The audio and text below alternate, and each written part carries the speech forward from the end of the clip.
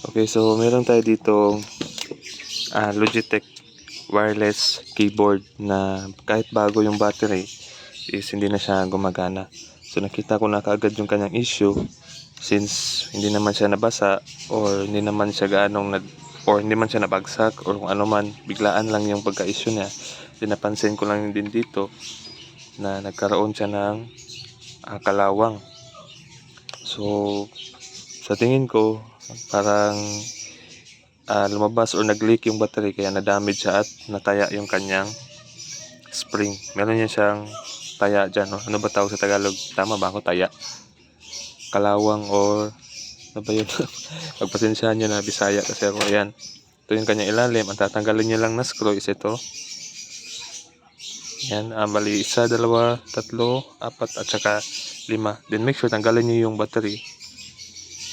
Tanggalin nyo itong takip at saka battery para makuha nyo siya. So gagamit lang kayo dito ng opening tool dito sa gilid.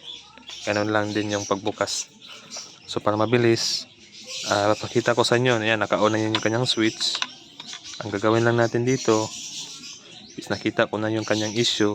Ayan, pag ilagay natin yung kanyang spring, naka-on na yan siya naka-on na yan siya. Hindi siya intact, hindi siya gumana. Pero pag i-direct natin yung kanyang wire, ito na wire. Wait lang, parang mahirapan ako nito. Walang tagahawak eh. So ganito na lang. Direct natin siya. Tignan niyo yung ilaw Yun. Nag-green. Ayan. Ibig sabihin, gumana siya. So ito lang yung problema. Nataya. So ang gagawin nyo dito, kung wala kayong ganitong spring, is puputulin nyo lang yan siya dyan. Yung wala ng kalawang, yun kalawang pala. Yung walang kalawang, putulin nyo siya tapos ibinat nyo yung spring para umangat na din siya at hindi maluwag yung battery. So ganun lang yung gagawin niyo. Putulin nyo lang to hanggang dito. Kahit ako nga pwede ko siyang putulin dito kung hindi mag-match itong spring na savings ko dito ngayon. Yan So parang pwede naman siya. Nag-match naman siya.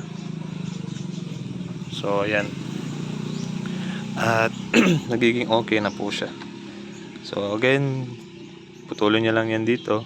Kahit hindi sa ganitong keyboard, kung meron kayong mga gadgets or mga gamit like remote na pansin nyo hindi na siya gumana, natambay lang ng matagal, dapat kasi in-inject yung battery. Kagaya nito, savings ko yan na battery, galing yan dito. Tignan yung ginawa ko, ginalagyan ko siya ng papel para hindi siya mag-contact sa remote at hindi siya mag-leak or magbasa.